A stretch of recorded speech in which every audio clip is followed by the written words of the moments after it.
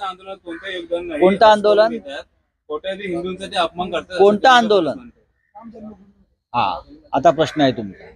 राम जन्मभूमी आंदोलनामध्ये भारतीय जनता पक्षाचे काय योगदान?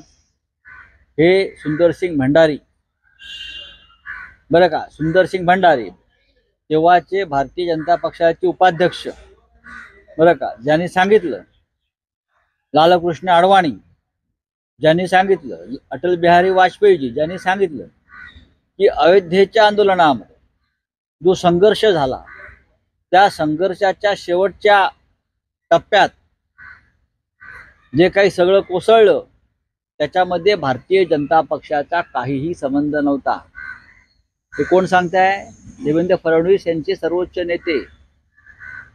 समजून घ्या म्हणावं, फडणवीसजी नीट समजून घ्या. सुंदरसिंग भंडारी, लालकृष्ण अडवाणी यांना फार दुःख झालं, अटलजी रडले. तेव्हा राम मंदिर आंदोलनात कोणाचा सहभाग होता हे कोणाचा नाही हे तुमच्या नेत्यांनी स्पष्ट केलेलं आहे. इतिहास समजून घ्या. सुंदरसिंग भंडारी तेव्हाचे भाजपचे राष्ट्रीय उपाध्यक्ष, प्रवक्ते, मुख्य प्रवक्ते, त्यांनी जाहीर केलं बाबरी पडली त्यात भाजपचा संबंध नसून शिवसेनेचा संबंध आहे. फडणवीस समजून घ्या, हे तुमच्या भारतीय जनता पक्षाचं योगदान आहे राम आंदोलनातलं.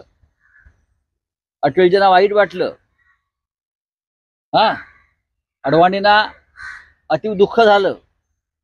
मिस्टर फडणवीस, आपण तेव्हा लहान होतात. त्या संदर्भात जे विशेष न्यायालय नेमलं गेलं, सीबीआय कोर्ट नेमलं गेलं, लिब्रायन कमिशन नेमलं गेलं, त्याच्यात जी चार्जशीट आहे, चार्जशीट आरोपपत्र, त्या आरोपपत्रामध्ये किमान 550 नावं ही शिवसैनिकांची आहेत, माझ्यासह. फडणवीस, आपण आहात का त्यात? आपण आहात का? उचलली जीभ लावली टाळ्याला.